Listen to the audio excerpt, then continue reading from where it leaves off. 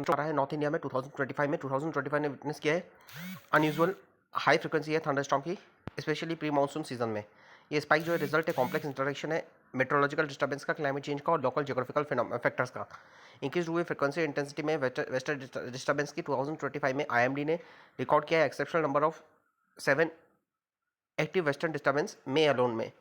ये डिस्टर्बेंस जो है ओरिजिन होते हैं लो प्रेशर सिस्टम जो ट्रैवर्स होता है नॉर्थ और सेंट्रल इंडिया पे से ट्रैवर्स होता है, ट्रैवल करता है, एनहांस करता है एटमॉस्फेरिक इंस्टेबिलिटी और ट्रिगर करता है wide spread pre monsoon thunderstorm. Persistent moisture influx हो रहा है सराउंडिंग सी से। वार्म विंड जो है कैरी कर रही है मॉइस्चर अरेबियन सी से और बे ऑफ बंगाल से जो इंटरेक्ट कर रही है इनकमिंग वेस्टर्न डिस्टर्बेंस से। ये क्रिएट कर रहा है high latent, this created high latent release हो रही है एटमॉस्फेयर में। एसेंशियल कंडीशन है जो क्लाउड थंडर क्लाउड फॉर्मेशन के लिए और फ्रिक्वेंट लाइटनिंग के लिए। रोल ऑफ क्लाइमेट चेंज और ग्लोबल वार्मिंग ओशन जो है इनसे इंक्रीज हो रहा है इवेपोरेशन और एटमॉस्फेरिक ह्यूमिडिटी।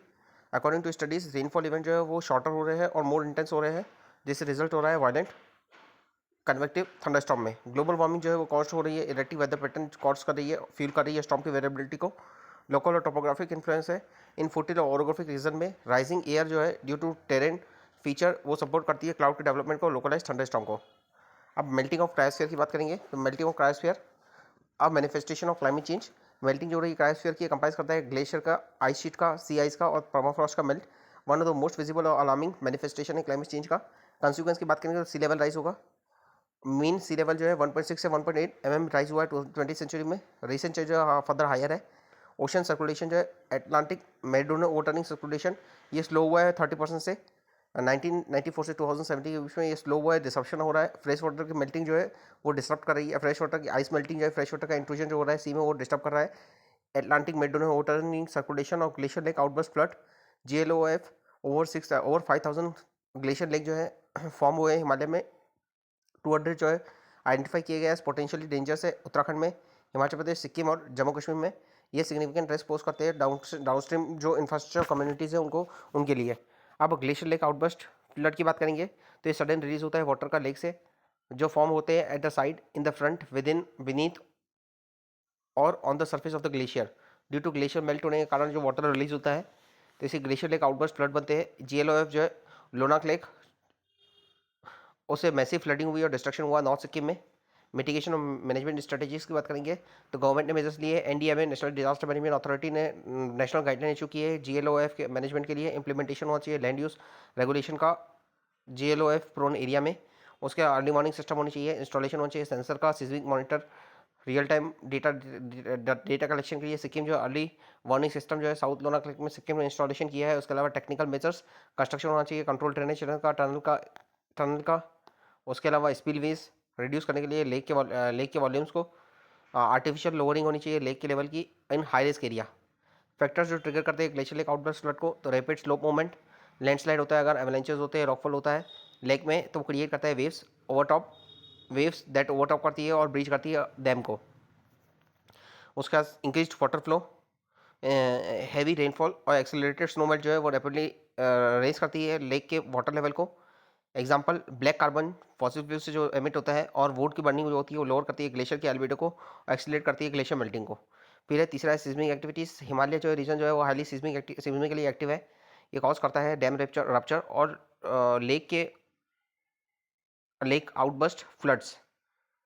उसके बाद है उसके बाद है चौथा है लॉन्ग टर्म डैम का डिग्रेडेशन हो रहा है। मेल्टिंग ऑफ आइस जो है वो course melting of ice course जो है इन मोरेन डैम्स वो वीकेंड करती है इनके structure of dam over time.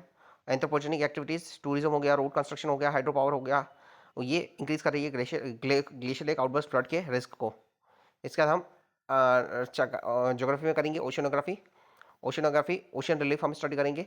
Ocean जो है वो लार्ज सॉल्ट वाटर बॉडी जो है कवर करती है 70% अर्थ में। क्रूशियल है क्लाइमेट रेगुलेशन के लिए, मैरिन लाइफ के लिए। ये डिवाइड होती है 5 प्रिंसिपल ओशन बॉडीज में, Pacific, Atlantic, Indian, southern and Arctic. Strong force वो शेप करती है ओशन फ्लोर को जो सर्टेन है विच है सर्टेन लाइक विच है टेरेन जिसके टेरेन है जैसे कि माउंटेन की तरह, प्लेन की तरह, ट्रेंचेस की तरह जो मिरर करते हैं अर्थ की सरफेस को अबव। मेजर रिलीफ की बात करेंगे तो ये सी माउंट्स होते हैं, यहाँ वॉल्केनिक आइलैंड होते हैं, एबेसल प्लेन हिल्स होते हैं, सबमरीन कैनियन होते हैं, कॉन्टिनेंटल शेल्फ होते हैं, स्लोप होते हैं, कॉन्टिनेंट्स होते हैं, कॉन्टिनेंटल राइस होते हैं, एबिसल प्लेन होते हैं, मिड ओशियनिक रिज, ये मिड में जो है रिजेस बनी है, मिड ओशियनिक रिज है, रिफ्ट वैली डाइवर्जेंस से बनती है, मैग्मा, ट्रेंचेस, सबडक्शन जोन है, वेनाइफ जोन होते हैं, सबडक्शन जोन होते हैं, ये मेजर रिलीफ है ओशन की। सबसे पहले बात करेंगे कॉन्टिनेंटल शेल्फ की बात करेंगे। कॉन्टिनेंटल शेल्फ जो होता है जेंटली स्लोप होता है, ये एक्सटेंड करता है कॉन्टिनेंटल प्लेट से जो स्ट्रेच करता है सी में। ये शेल्फ जो होती है 70 to 80 किलोमीटर वाइड होती है, ये वेरी करती है। वाइड साइबेरियन शेल्फ है 1500 किलोमीटर तक की वाइड होती है, और नैरो जो होती है वो जैसे यूएसए में 120 किलोमीटर की है। और कॉन्टिनेंटल शेल्फ जो होता है ये फॉर्म होता है ड्यू टू फैक्टर जैसे कि सबमर्ज्ड कॉन्टिनेंट पार्ट, सी लेवल राइस, सेडिमेंट के डिपोजिशन से और वेव इरोजन से। सिग्निफिकेंस की बात करेंगे कॉन्टिनेंटल शेल्फ की।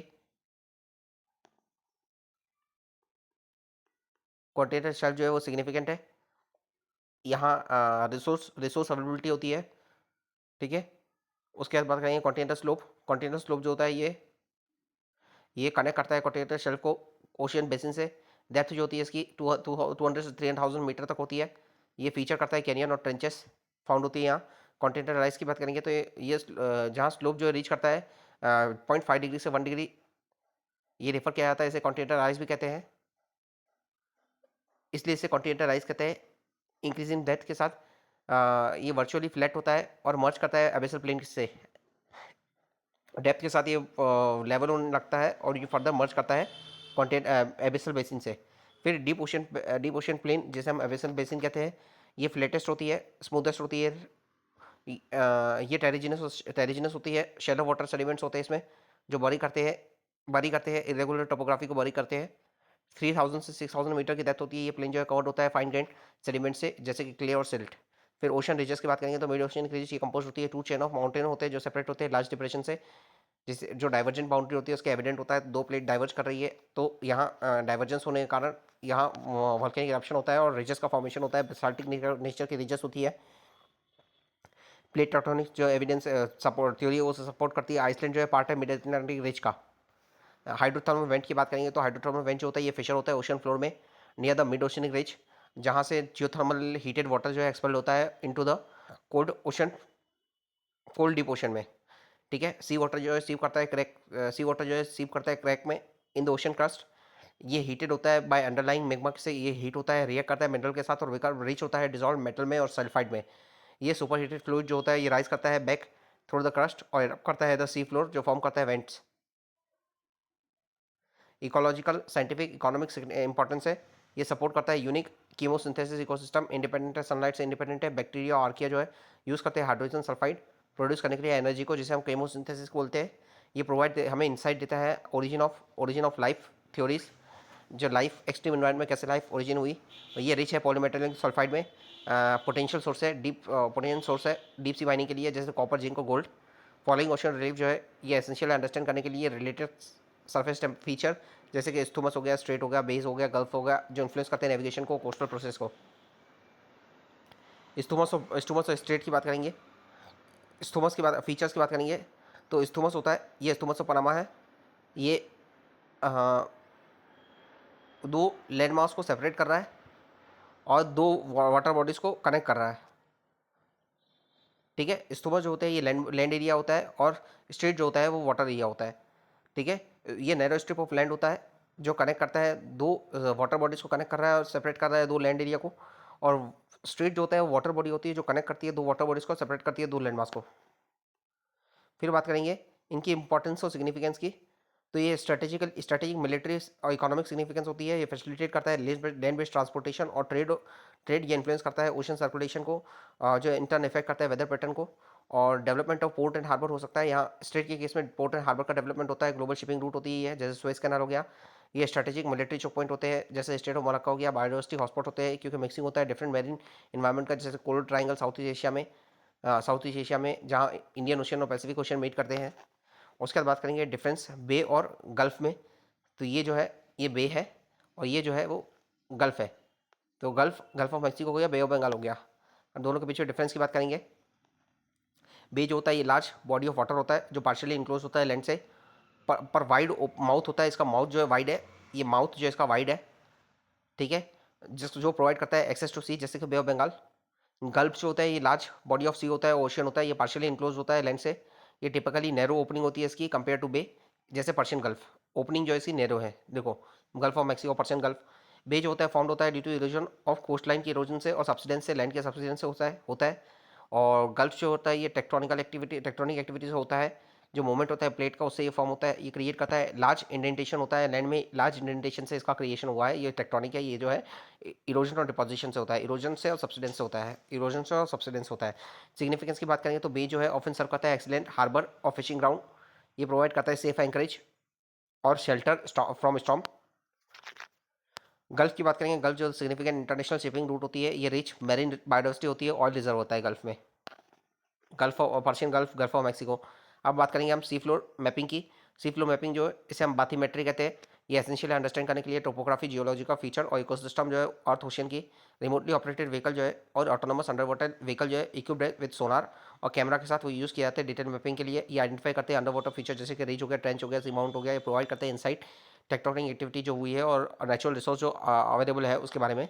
मैपिंग जो है हेल्प करती है हमें लोकेट करने में, फिशिंग जोन को आइडेंटिफाई करने में, मिनरल रिसोर्स एसेस करने में, environmental impact of human activities जैसे कि ऑयल एक्सप्लोरेशन और deep sea mining.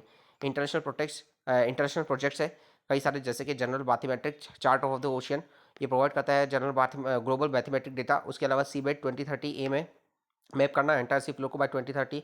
Many countries जो उनके नेशनल प्रोग्राम है ओशन फ्लोर मैपिंग के लिए।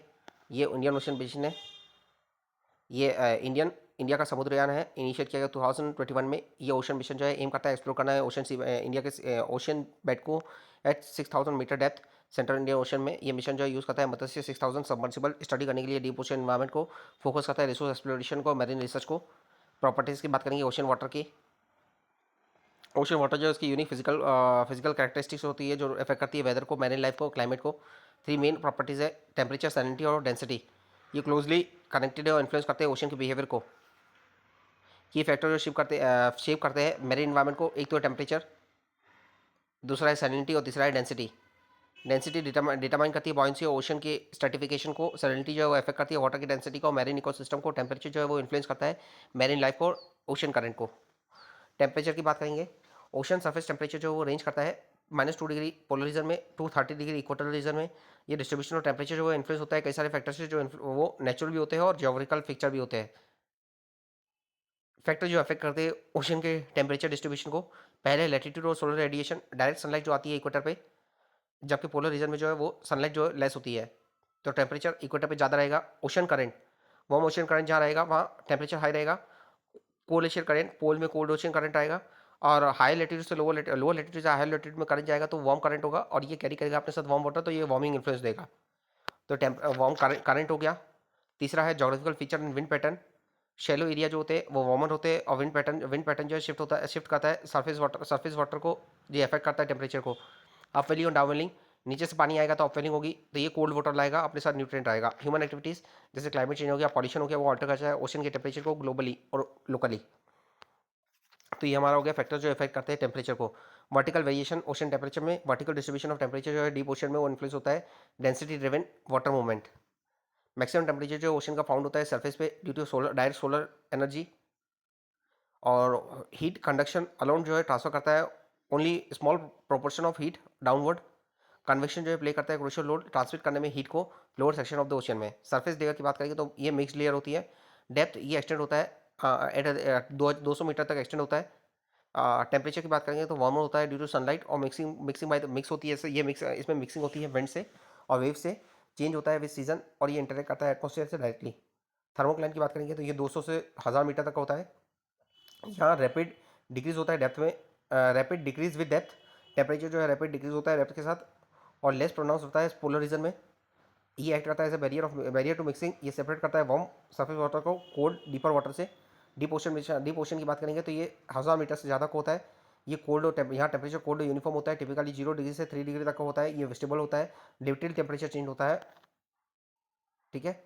अब बात करेंगे ओरिजेंटल डिस्ट्रीब्यूशन ओशन टेम्परेचर के। ओशन टेम्परेचर जो है वार्मेस्ट होता है नियर द इक्वेटर, ये 26 से 28 डिग्री होता है और डिक्रीज करता है 0.5 डिग्री पर 0.5 डिग्री सेल्सियस पर डिग्री ऑफ लेटीट्यूड। जैसे हम पोल वर्ड मूव करते हैं तो जहाँ टेम्परेचर जो है अप्रोच करता है फ्रीजिंग टेम्परेचर हो जाता है, 0 से 3 डिग्री तक का हो जाता है। ओशन रीजन जो है नदर हेमिस्फीयर में वो स्लाइटली वार्मर है due to greater land mass. Ocean northern hemisphere में ओशन है वो वार्मर है, ठीक है। जहाँ जहाँ वो लैंड मास जो है हीट होता है, कूल होता है फास्ट, जबकि सदर हेमिस्फीयर जो है मोर स्टेबल है और कूलर है due to larger ocean water expanse. Free mixing होती है, लार्जर ओशियन है तो फ्री मिक्सिंग होती है।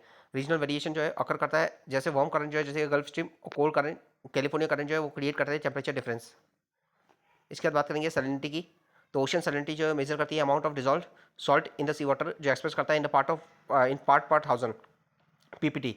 सैलिनिटी जो होती है 35 पीपीटी होती है, means 35 part thousand every thousand part of the water.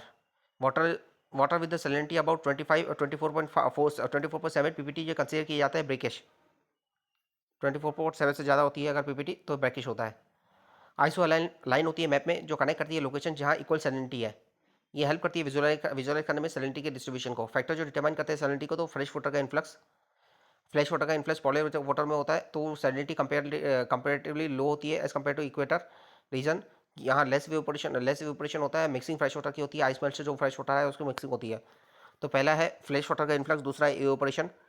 Arid region और सब ट्रॉपिकल हाई प्रेशर जोन जहाँ विंड का सब्सिडेंस होता है हाई सब ट्रॉपिकल हाई प्रेशर, जैसे कि सच जगह मेडिटेरियन सी यह एक्सपीरियंस करता है हाई इवेपोरेशन रेट, यहाँ इंक्रीज होता है सैलिनिटी। तीसरा है ocean current. Ocean current redistribute करते हैं वाटर को जहाँ सैलिनिटी लेवल डिफरेंट होती है। गल्फ स्ट्रीम जो है एलिवेट करती है salinity western margin of north Atlantic ocean में।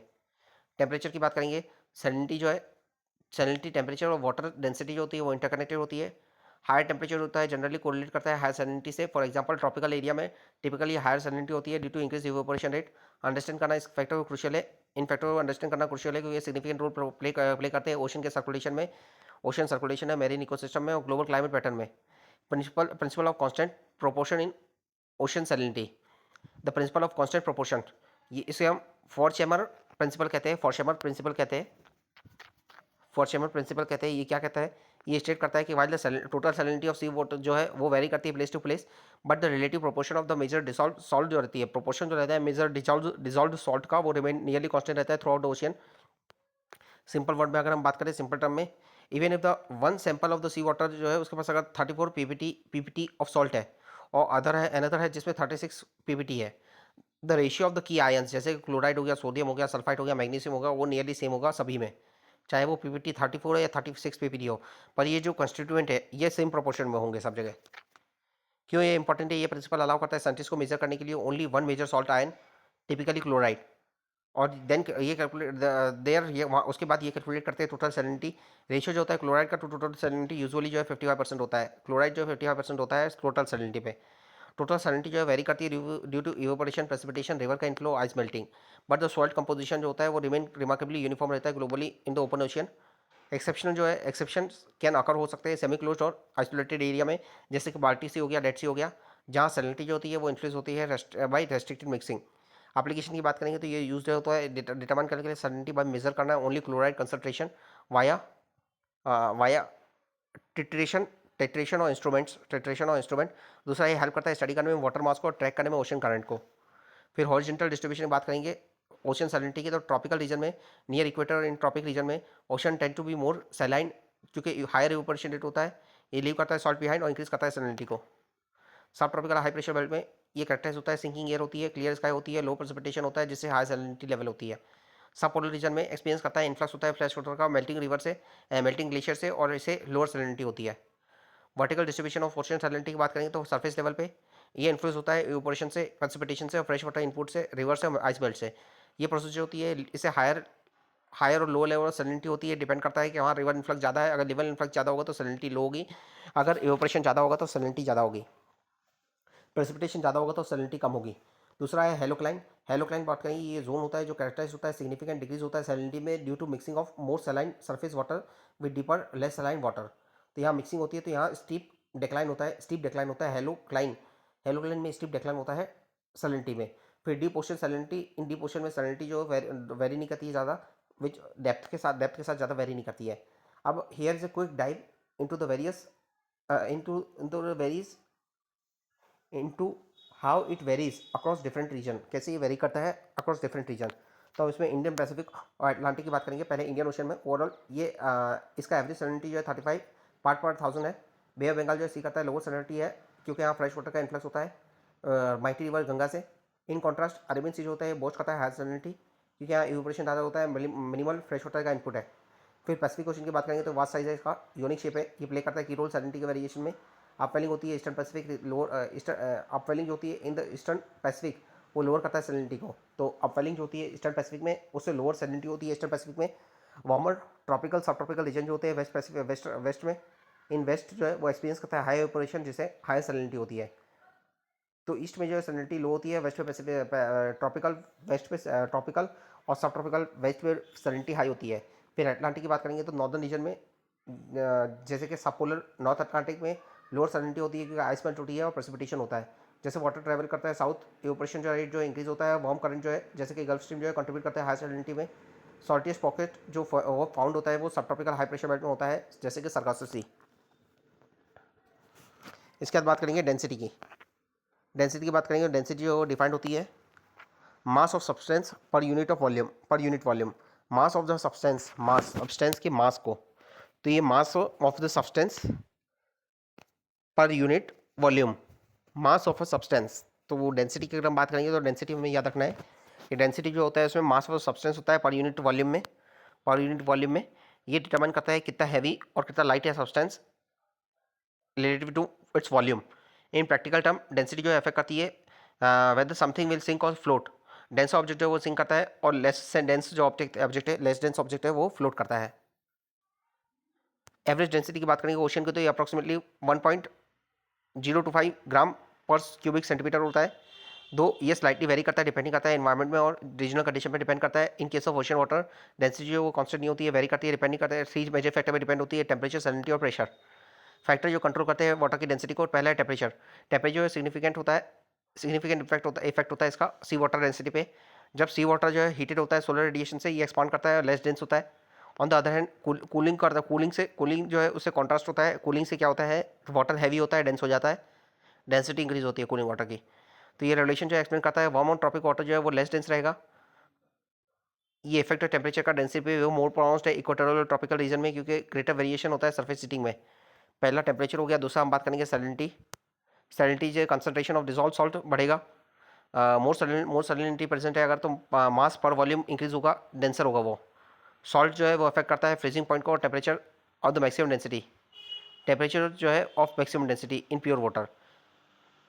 हाईओवर एडिशन जो होता है सॉल्ट का, सिंपली याद रखना है कि जैसे हम सैलिनिटी बढ़ेगी तो डेंसिटी बढ़ेगी और टेम्परेचर बढ़ेगा तो सैलिनिटी बढ़ेगी।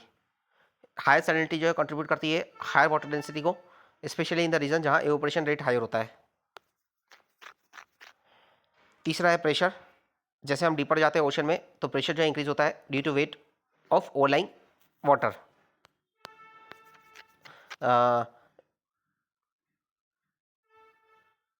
ये इंक्रीज जो होता है, दिस इंक्रीज जो होता है ये प्रेशर में कंप्रेस करता है वाटर मॉलिक्यूल को, ये वाटर मॉलिक्यूल को कंप्रेस करता है, उन्हें टाइटली पैक्ड बनाता है और हैंस इंक्रीज करता है डेंसिटी को। ऑल्दो द इम्पैक्ट जो होता है प्रेशर का ऑन डेंसिटी जो है relatively small at the surface, most significant होता है डेप्थ में। तो डेप्थ के साथ जो है डेंसिटी बढ़ती है, डेप्थ के साथ डेंसिटी बढ़ेगी है, जैसे डेंसिटी बढ़ेगी तो उसका डेप्थ के साथ जो है प्रेशर बढ़ेगा तो डेंसिटी बढ़ेगी। Vertical variation in the ocean water density की बात करेंगे, डेंसिटी जो होता है सी वाटर की इंक्रीज होती है डेप्थ के साथ, बट द पैटर्न जो है इंक्रीज, जो पैटर्न ऑफ इंक्रीज जो है यूनिफॉर्म नहीं है। ये वेरिएशन जो है जनरली डिवाइड होता है थ्री वर्टिकल लेयर में। पहला जो होता है सरफेस जोन होता है, पाइनोक्लाइन होता है, सरफेस होता है, पाइनोक्लाइन होता है और डीप ओशन होता है। सरफेस 2% है, पाइनोक्लाइन 18% है और डीप ओशन ये जो है इसे हम बोलते हैं 80% का है। ठीक है, अब इसमें कैसे स्टडी करेंगे तो पहले हम बात करते हैं सरफेस लेयर से हम फोटिक जोन बोलते हैं। फोटिक जोन ये 0 से 200 मीटर तक रहता है। की फीचर की बात करें, ये एक्सपोज टू सनलाइट होता है, ये वार्म रहता है, लेस डेंस रहता है, मोस्ट डायनेमिक है, ये इंटरेक्ट करता है एटमॉस्फेयर के साथ। टॉपिक से बात करेंगे तो वार्म रहता है, लाइट वाटर रहता है क्योंकि हायर सोलर रेडिएशन रहता है, सब टॉपिक में हाई इवेपोरेशन होता है, रेज करता है सैलिनिटी को। और मिक्सिंग बिहेवियर की बात करेंगे तो हाई मिक्सिंग होती है ड्यू टू विंड वेव्स और सोलर हीटिंग से हाई मिक्सिंग होती है। पाइनोक्लाइन की बात करेंगे तो ये 200 से 1000 मीटर तक की डेप्थ में रहता है। ये शार्प डेंसिटी इंक्रीज होती है, यहाँ डेप्थ के साथ शार्प डेंसिटी इंक्रीज होती है। इसे इसमें थर्मोक्लाइन में टेम्परेचर जो है स्टीप ड्रॉप करता है, हेलोक्लाइन में सैलिनिटी जो है स्टीप राइज करती है, स्टीप राइज होता है, हेलोक्लाइन में स्टीप राइज होता है। और ट्रॉपिक्स और सब ट्रॉपिक की बात करेंगे तो पाइनोक्लाइन ओवरलैप करता है थर्मोक्लाइन के साथ, तो हेलोक्लाइन के साथ मिड लैटिट्यूड में मोर इन्फ्लुएंस होता है, more influence by salinity changes, ये ऐड करता है as a barrier to vertical mixing. Deep layer की बात करेंगे तो 1000 मीटर से डेप्थ में होता है, ये कोल्ड होता है, डेंस होता है, स्टेबल होता है, लिटिल वेरिएशन होता है यहाँ, और ये कंप्राइज करता है 80% ओशन के वॉल्यूम को। पोलर रीजन में सरफेस जो है ऑलरेडी कोल्ड है, एंटायर कॉलम जो है नियरली यूनिफॉर्म है, प्रोमोट करता है मिक्सिंग को। यूनिफॉर्म स्ट्रॉन्ग स्ट्रैटिफिकेशन जो है इनहिबिट करता है, स्ट्रॉन्ग स्ट्रैटिफिकेशन जो है वो इनहिबिट करता है, स्ट्रॉन्ग स्ट्रैटिफिकेशन जो है वो मिनिमल मिक्सिंग स्टेबल स्ट्रैटिफिकेशन होता है accept in the polar region. हम बात करेंगे मूवमेंट, ओशन वाटर के मूवमेंट की बात करेंगे। मूवमेंट जो होता है ओशन वाटर में ये कॉम्प्लेक्स प्रोसेस है, ड्रिवन है by factor and forces. Understand करना इस मूवमेंट को, ये क्रूशियल है कंप्लेन करने के लिए मैरीन इकोसिस्टम को, क्लाइमेट पैटर्न को और नेविगेशन को। Major types of ocean water movement की हम बात करेंगे तो पहला है वेव्स। वेव्स जो होते हैं ये ऑसिलेटिंग मूवमेंट होता है वाटर का, जो कॉज होता है मेनली बाय विंड जो ब्लो कर रही है across the surface of the ocean. Waves wind से बनती है। मोस्ट कॉमन कॉज जो है ओशन वेव का वो विंड जो ब्लॉक कर रही है सरफेस पे, जैसे विंड पुश मूव करती है तो ये पुश करती है ओशन सरफेस को, क्रिएट करती है रिपल्स। ये विंड जो है टाइम के साथ ये रिपल जो है ग्रो होते हैं लार्जर में। विंड फैच करती है, मैक्सिमम बन जाते हैं, या रिपल जो है बड़े बड़े बन जाते हैं और वेव्स हो जाती है। साइज और स्ट्रेंथ की बात करेंगे, वेव के डिपेंड करता है, मेन 3 फैक्टर होते हैं। पहला विंड की स्पीड, विंड का ड्यूरेशन और फैच। फैच मतलब होता है distance over which the wind with blow across the water, open water. ठीक है, डीपर वाटर में बात करेंगे तो वाटर पार्टिकल जो है अंडर वेव वो ट्रेवल नहीं करते हैं फॉरवर्ड, ये मूव करते हैं सर्कुलर ऑर्बिट में, राइज और फॉल करते हैं as the energy pass through. In this motion ये गिव कर देते हैं वेव्स को, जो है रोलिंग फॉर्म देते हैं। हाईवर ऑल द वेव जो होती है वो कॉज नहीं होती है विंड से। सम वेव जो है ट्रिगर होती है मच लार्जर नेचुरल इवेंट, जैसे कि अंडर वाटर अर्थक्वेक और वॉल्केनिक इरप्शन से भी, जिसे हम सुनामी वेव कहते हैं। टाइड की बात करेंगे, टाइड जो होती है ये इन्वॉल्व करती है रिदमिक राइज और फॉल होता है एंटायर सी लेवल में। ये अकर होता है रफली वंस और twice daily due to gravitational pull of the moon, जो इन्फ्लुएंस होता है सन और अर्थ के रोटेशन से भी। टाइड जो है वो 2 कैटेगरी में, फ्रीक्वेंसी के बाद पे सेमी डायनल है जो दिन में 2 बार होती है, दिन में 2 बार हाई टाइड होती है, तो सेमी डायनल दिन में 1 बार हाई टाइड होती है, 1 लो टाइड होती है। और सन मून के अलाइनमेंट से स्प्रिंग टाइड होती है जब सिजगी और कंजक्शन में है, तो स्प्रिंग टाइड होती है जब सन मून और अर्थ जो है अलाइंड है। और नीप टाइड होगी जब अपोजिशन में है, अपोज कर रहे हैं, ठीक है, तो 90 डिग्री में अगर, तो उसमें नीप टाइड होगी। फैक्टर्स जो इन्फ्लुएंस करते हैं टाइडल कैरेक्टरिस्टिक्स को, एक हो गया कॉन्टिनेंटल शेल्फ, हायर टाइड जो है वो ड्यू टू लैंड बैरियर, जो है लैंड बैरियर इफेक्ट करता है। दूसरा mid oceanic island. Lower tide जो है due to lack of barrier effect. तीसरा है कोस्टल टोपोग्राफी इंटेंसिफाइड टाइड जो है थ्रो फनलिंग इफेक्ट और westward propagation blocked by continent causing the tidal variation. तो कौन से फैक्टर जो है टाइड की कैरेक्टरिस्टिक्स को इफेक्ट करते हैं, तो कॉन्टिनेंटल शेल्फ हो गया, मिड ओशनिक आइलैंड हो गया, कोस्टल टोपोग्राफी हो गया, वेस्टवर्ड प्रोपोगेशन हो गया। फिर ओशन करंट की बात करेंगे तो ओशन करंट जो होता है ये लार्ज कंटिन्यूस मूवमेंट होता है सी वाटर का, जो फ्लो करते हैं थ्रू द वर्ल्ड ओशन। ये जो है ड्रिवन होते हैं फैक्टर जैसे कि विंड हो गया, अर्थ रोटेशन हो गया, टेम्परेचर डिफरेंस हो गया, सैलिनिटी हो गया। नोटेबली ओशन करंट जो होता है प्ले करता है क्रिटिकल रोल प्ले करता है रेगुलेट करने में अर्थ की क्लाइमेट को by transporting heat. Type of ocean current की बात करेंगे तो type ocean current based on depth, ठीक है, तो ये पोलर सी है, विंड जो है वो इन्फ्लुएंस कर रहा है। यहाँ देखेंगे हम लोअर लेवल जाएंगे तो यहाँ डेंसिटी हाई होगी, कोल्ड वाटर होगा, सॉल्ट वाटर होगा। सरफेस करंट की बात करेंगे, ये होता है सरफेस करंट। तो सरफेस करंट ये ड्रिवन होता है विंड से और फ्रिक्शन से, ये करंट जो होता है वो फ्लो करता है इन अपर 400 मीटर ऑफ द ओशियन। ये इन्फ्लुएंस करता है वेदर पैटर्न को, मैरीन लाइफ को। फॉर एग्जांपल कुरिशो करंट, ये अपर मोस्ट लेयर होती है, ये परसेंटेज 10% वॉल्यूम होती है। डीप वाटर करंट की बात करेंगे तो 90% होती है, ये ओशन बेसिन पे होता है वेरियस डेप्थ पे। ये मैसिव करंट होता है, स्लोली मूव करता है throughout the ocean basin. ये प्राइमरली इन्फ्लुएंस होता है, डिफरेंस होता है जो वाटर डेंसिटी में और ग्रेविटी में डिफरेंस होता है, उससे ये इन्फ्लुएंस होता है। ये क्रिटिकल रोल प्ले करता है ग्लोबल हीट डिस्ट्रीब्यूशन में। For example Atlantic meridional water circulation, ये 90% वॉल्यूम को कंट्रीब्यूट करता है। ओशन करंट जो है टेम्परेचर के बेस पे, कोल्ड करंट ये ट्रांसफर करता है कोल्ड वाटर को पोलर रीजन से इक्वेटोरियल रीजन में, जैसे example north equatorial current. Warm water जो होता है, वार्म करंट जो होता है ये लोअर लैटिट्यूड से हायर लैटिट्यूड में जाता है, जैसे कि गल्फ स्ट्रीम। इसके बाद हम करंट्स की बात करेंगे तो ये नॉर्थ इक्वेटोरियल करंट है, गल्फ स्ट्रीम है, नॉर्थ अटलांटिक ड्रिफ्ट है, नॉर्वेजियन करंट है, कैनरी करंट है, साउथ इक्वेटोरियल करंट है, ब्राज़ीलियन करंट है, ये ब्राज़ीलियन करंट है, साउथ अटलांटिक ड्रिफ्ट है, बेनिकुलर करंट है, ठीक है, और ये एंटार्क्टिक सब पोलर करंट है। इसके बाद हम इंडियन ओशन में बात करेंगे तो अगुलहास करंट है, वार्म करंट है, मोजाम्बिक करंट है, साउथ इंडियन करंट है, वेस्ट ऑस्ट्रेलियन है, साउथ इक्वेटोरियल है, नॉर्थ इक्वेटोरियल है, काउंटर करंट है। ये साउथ इक्वेटोरियल करंट है। फिर यहाँ बात करेंगे तो नॉर्थ इक्वेटोरियल है, कुरेशियो है, ओएशियो है, नॉर्थ पैसिफिक है, यहाँ ऑस्ट्रेलियन करंट है, ये अलास्कन करंट है, कैलिफोर्नियन करंट है, नॉर्थ इक्वेटोरियल करंट है, काउंटर इक्वेटोरियल करंट है, ठीक है, ये पेरू करंट है, साउथ पैसिफिक करंट है और एंटार्क्टिक सर्कमपोलर करंट है। फैक्टर क्या रिस्पॉन्सिबल है फॉर्मेशन ऑफ ओशन करंट के लिए? तो एक है इंसोलेशन, सोलर इंसोलेशन जो होता है वो इंड्यूस करता है मूवमेंट। दूसरा है एटमॉस्फेरिक सर्कुलेशन, जो विंड का मूवमेंट होता है, विंड जो होती है ब्लो करती है ओशन सरफेस पे, ये पुल करती है वाटर को। तीसरा होता है colloid force, right hand side deflect करती है नॉर्दर्न हेमिस्फीयर में और लेफ्ट हैंड साइड डिफ्लेक्ट करती है सदर्न हेमिस्फीयर में। चौथा सैलिनिटी, सैलिनिटी जो होती है वो वाटर डेंसिटी जो होती है, वाटर डेंसिटी डिफरेंशिएशन आता है सैलिनिटी से। चौथा पांचवा है लैंड मास, लैंड मास जो है वो एक्ट करता है एज ए बैरियर, वो डिफ्लेक्ट करता है और शेप करता है करंट को। जैसे साउथ अमेरिका में रिडायरेक्ट करता है साउथ अमेरिका में, साउथ अमेरिका की टिप जो वो रिडायरेक्ट करती है वेस्टवर्ड, वेस्ट विंड ड्रिफ्ट को, और नॉर्थवर्ड और पेरू करंट का फॉर्मेशन होता है। फिर लास्ट है सीजनल और मानसूनल विंड होती है। ये जैसे कि इंडियन ओशन में मानसूनल सिस्टम जो है वो सीजनल रिवर्सल होता है विंड का डायरेक्शन का, ठीक है। तो south west monsoon wind blow करती है फ्रॉम साउथ वेस्ट, ये फॉर्म करती है सोमाली करंट, ये स्ट्रॉन्गर होता है seasonal current, stronger seasonal current होता है। ड्यूरिंग नॉर्थ ईस्ट मानसून ये करंट जो है रिवर्स डायरेक्शन में होता है। सच सीजनल वेरिएशन जो है अकर नहीं होता है अदर ओशन में टू द सेम एक्सटेंट, और हाईलाइट करता है यूनिक कैरेक्टरिस्टिक्स इंडियन ओशन की।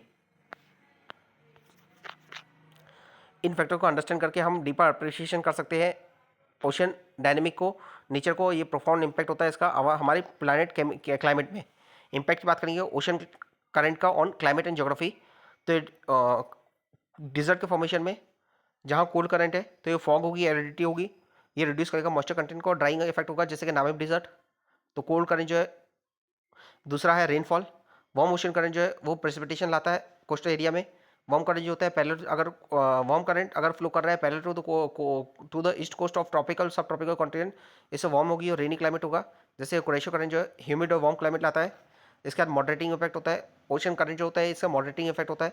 नॉर्थ अटलांटिक ड्रिफ्ट जो है ये वार्म इम्पैक्ट लाता है इंग्लैंड में। कैनरी जो है वो कोल्ड इम्पैक्ट लाता है, कूल करता है स्पेन में, पोर्चुगल में।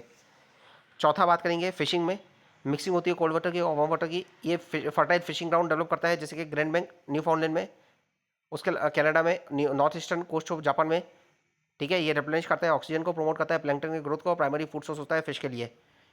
फिर चौथा है पांचवा है ट्रॉपिकल साइक्लोन, वार्म वाटर जो एक्यूमुलेट होता है किया जाता है ओशन करंट के द्वारा, ये फेवर करता है ग्रोथ में ट्रॉपिकल साइक्लोन के। उसके अलावा नेविगेशन की बात करेंगे, ओशन करंट जो है असिस्ट करता है नेविगेशन में, प्रोवाइड करता है प्रेडिक्टेबल पाथवे जो स्पीड अप करता है और स्लो डाउन करता है शिप को, ये एड करता है एफिशिएंट मैरीटाइम ट्रेवल में। कनेक्शन की बात करेंगे तो क्या कनेक्शन है ओशन करंट और मेजर फिशिंग ग्राउंड में? ओशन करंट जो है प्ले करता है क्रूशियल रोल शेप करने में मैरीन इकोसिस्टम को, फिशरीज को। मूवमेंट जो होता है कोल्ड और वार्म करंट का जो ड्रिवन होता है विंड से, सैलिनिटी से, टेम्परेचर डिफरेंस से और अर्थ रोटेशन से। केवल ये डिस्ट्रीब्यूट नहीं करता हीट और न्यूट्रिएंट को, ये ऑल्सो डिटरमाइन करता है लोकेशन और प्रोडक्टिविटी ग्लोबल फिशिंग जोन की।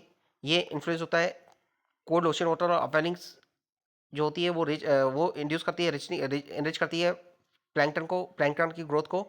और ऐसे जोन जहाँ कन्वर्जेंस होता है वार्म और कोल्ड करंट का या फिर अपवेलिंग होती है, तो उससे क्या होता है एक मेजर फिशिंग ग्राउंड बनता है। अपवेलिंग होगी उससे न्यूट्रिएंट सरफेस पे आता है, तो उससे फाइटोप्लैंक्टन का बूम होता है और ये बेस बनाता है फूड चेन के लिए, बेस बनाता है, ग्रोथ होती है फिश और मैरीन मैमल्स की। दूसरा कोल्ड करंट जो है वो एनहांस करता है ऑक्सीजन कंटेंट को, कोल्ड करंट जो है वो कैरी करता है डिजॉल्व ऑक्सीजन, इससे सर्वाइवल जो है एनहांस होता है, पॉपुलेशन डेंसिटी बढ़ती है। सी टेम्परेचर जो है ये कोल्ड करंट जो है वो रेगुलेट करता है सी टेम्परेचर को और ये इन्वायरमेंट को सुटेबल बनाता है स्पॉनिंग के लिए और ग्रोथ के लिए। तीसरा है कन्वर्जेंस जोन, जहाँ वार्म और कोल्ड करंट जो है कन्वर्ज करते हैं, बायोलॉजिकल रिच जोन होता है ये। वाइड वेराइटी ऑफ फिश जो है मिलती है जैसे कि पेलेजिक जो ओपन वाटर में मिलती है और डेमर्सल जो बॉटम ड्वेलर होती है, दोनों फिश यहाँ मिलती है।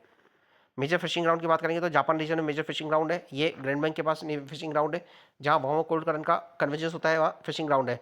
तो मेजर फिशिंग ग्राउंड में हमने पढ़ा नॉर्थ ईस्ट अटलांटिक पढ़ा, नॉर्थ वेस्ट अटलांटिक पढ़ा, नॉर्थ ईस्ट पैसिफिक पढ़ा, नॉर्थ वेस्ट पैसिफिक पढ़ा। यहाँ some of the world richest fishing zone है जो डायरेक्टली इन्फ्लुएंस है ओशन करंट से, जैसे grand bank of Newfoundland. Current involve जैसे लेब्राडोर करंट है और गल्फ स्ट्रीम है, इनके कन्वर्जेंस मैकेनिज्म, कन्वर्जेंस जो है उससे न्यूट्रिएंट रिच कंडीशन होती है और सपोर्ट करता है अपवेलिंग को।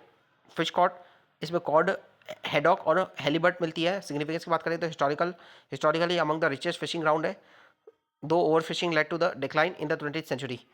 ओशन गायर की बात करेंगे, ओशन गायर जो है लार्जेस्ट सिस्टम होता है जो ऑफ रोटेटिंग ओशन करंट होता है, ये फॉर्म होता है due to combined effect of global wind pattern, Coriolis force और कॉन्टिनेंटल बाउंड्रीज।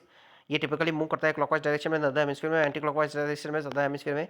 ये हेल्प करता है डिस्ट्रीब्यूट करने में हीट को, न्यूट्रिएंट को, और ड्राइव करता है अर्थ क्लाइमेट इंजन को। मेजर गायर्स की बात करेंगे तो ये नॉर्थ पैसिफिक की बात करेंगे तो ये क्लॉकवाइज होता है नदर हेमिस्फीयर में, ये नॉर्थ पैसिफिक में है, साउथ पैसिफिक में है, इंडियन ओशियन में है, ठीक है, नॉर्थ अटलांटिक में है और साउथ अटलांटिक में है।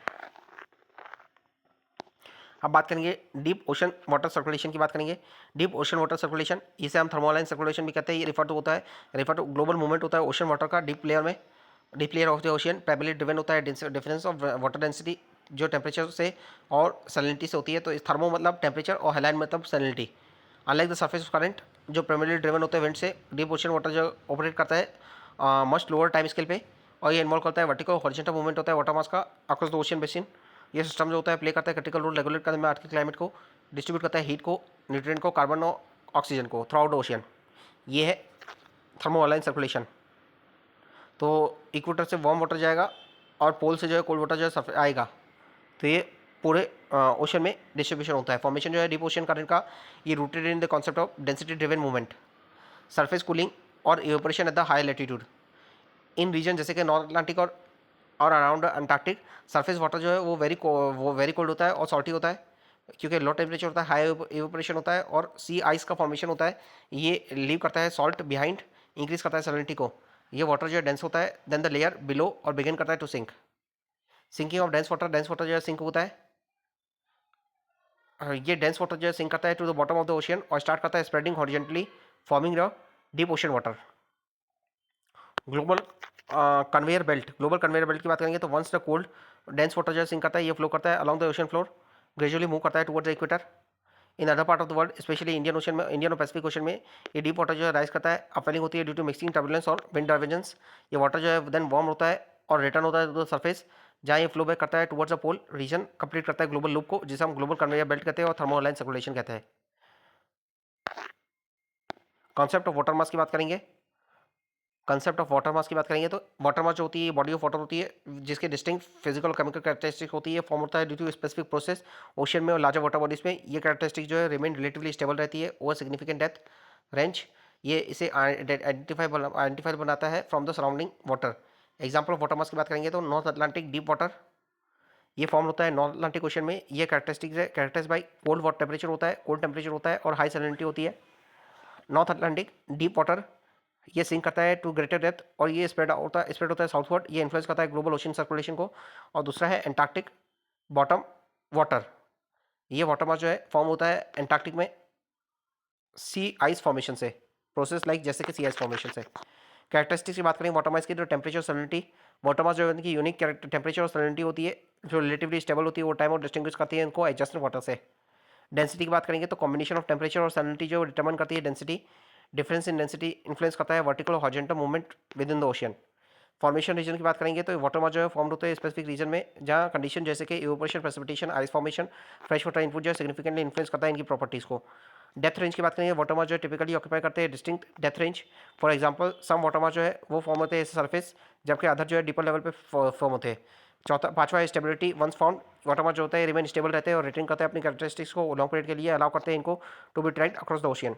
इनको हम अक्रॉस द ओशियन ट्रैक कर सकते हैं क्योंकि इनकी डिस्टिंक्ट कैरेक्टरिस्टिक फीचर होते हैं। वाटर मास जो होते हैं ये इंटीग्रल कंपोनेंट होते हैं ओशन स्ट्रक्चर का और डायनेमिक्स का, अफेक्ट करते हैं ग्लोबल क्लाइमेट पैटर्न को, मैरीन इकोसिस्टम को और ओशन सर्कुलेशन को। अंडरस्टैंड करना इनकी कैरेक्टरिस्टिक्स को, डिस्ट्रीब्यूशन को हेल्प करता है स्टडी करने में अर्थ के रोल को, ओशन के रोल को अर्थ के इकोसिस्टम, अर्थ क्लाइमेट सिस्टम में। सिग्निफिकेंस की बात करेंगे तो डीप वाटर सर्कुलेशन का सिग्निफिकेंस तो ये डिस्ट्रीब्यूट करता है ग्लोबल हीट को, ये कार्बन डाइऑक्साइड रेगुलेशन में हेल्प करता है, कार्बन डाइऑक्साइड के रेगुलेशन में हेल्प करता है, ये इन्फ्लुएंस करता है ओशन वाटर को, इन्फ्लुएंस करता है ओशन करंट को इन्फ्लुएंस करता है, ये सी लेवल रेगुलेशन में हेल्प करता है।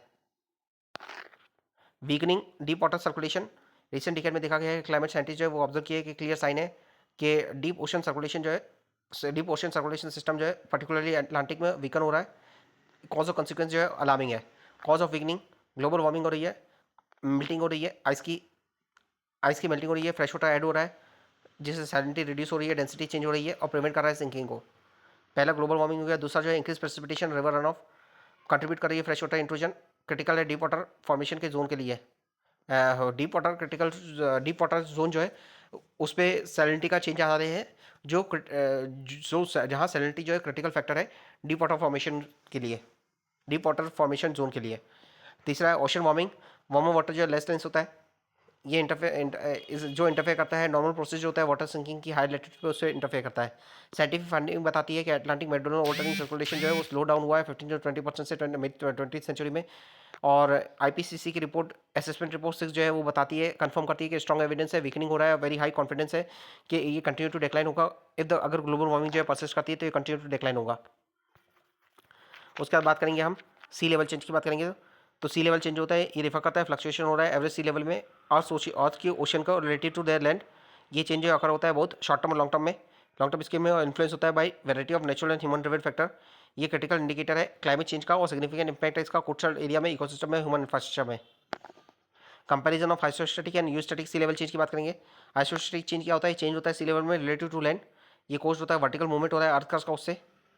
वर्टिकल मूवमेंट, अगर अर्थ क्रस्ट का वर्टिकल मूवमेंट हो रहा है या इमर्जेंस हो रहा है, सबमर्जेंस हो रहा है तो उससे चेंज हो रहा है तो आइसोस्टैटिक बोलेंगे। ये glacier isostatic adjustment, earth crust जो है रिबाउंड करता है after being depressed by the ice sheet. Tectonic activity अगर होती है तो इसमें मूवमेंट होता है अर्थ क्रस्ट का due to plate tectonics. 1000 to million of year के बाद सिग्निफिकेंट चेंज होता है। ये रैपिड ये रैपिड हो सकता है during the post glaciation rebound period. ये लोकलाइज होता है, ये अगर ये लोकलाइज है तो ये लोकलाइज होता है, ये इफेक्ट करता है रीजन को जो डिपेंड कर रहा है क्रिस्टल मूवमेंट पे, जहाँ क्रिस्टल का मूवमेंट हो रहा है उसी रीजन में इसका ये होगा। एग्जांपल है पोस्ट ग्लेशियर रिबाउंड हुआ था स्कैंडिनेविया में, कनाडा में।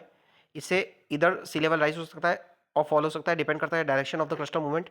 अगर क्रस्ट जो है वो राइज कर रही है तो सी लेवल फॉल करेगा, क्रस्ट जो है डिक्लाइन कर रही है तो सी लेवल राइज करेगा। फिर eustatic sea level change की बात करेंगे। तो यू स्टैटिक क्या होता है, यू स्टैटिक जो है ये चेंज होता है ग्लोबल सी लेवल, ब्रॉडर लेवल पे होता है। ये मेल्टिंग हो रही है आइस शीट की, ये थर्मल एक्सपेंशन हो रहा है, ये डिकेड टू सेंचुरीज में होता है, वो 1000 टू मिलियन ईयर लगे थे, ये फास्टर होता है। ये इसका ग्लोबल इफेक्ट होता है, वर्ल्ड वाइड इफेक्ट होता है। जैसे ग्लोबल सी लेवल राइज, ग्लोबल वार्मिंग हो रही है तो ये कंसिस्टेंट ग्लोबल सी लेवल राइज ये थ्रेटन करता है कोस्टल रीजन। तो ये लोकल लेवल पे जो है आइसोस्टैटिक होता है और ग्लोबल लेवल पे जो है यू स्टैटिक होता है। यू स्टैटिक जो है वो ग्लोबल लेवल पे होता है, जैसे कि ग्लोबल वार्मिंग।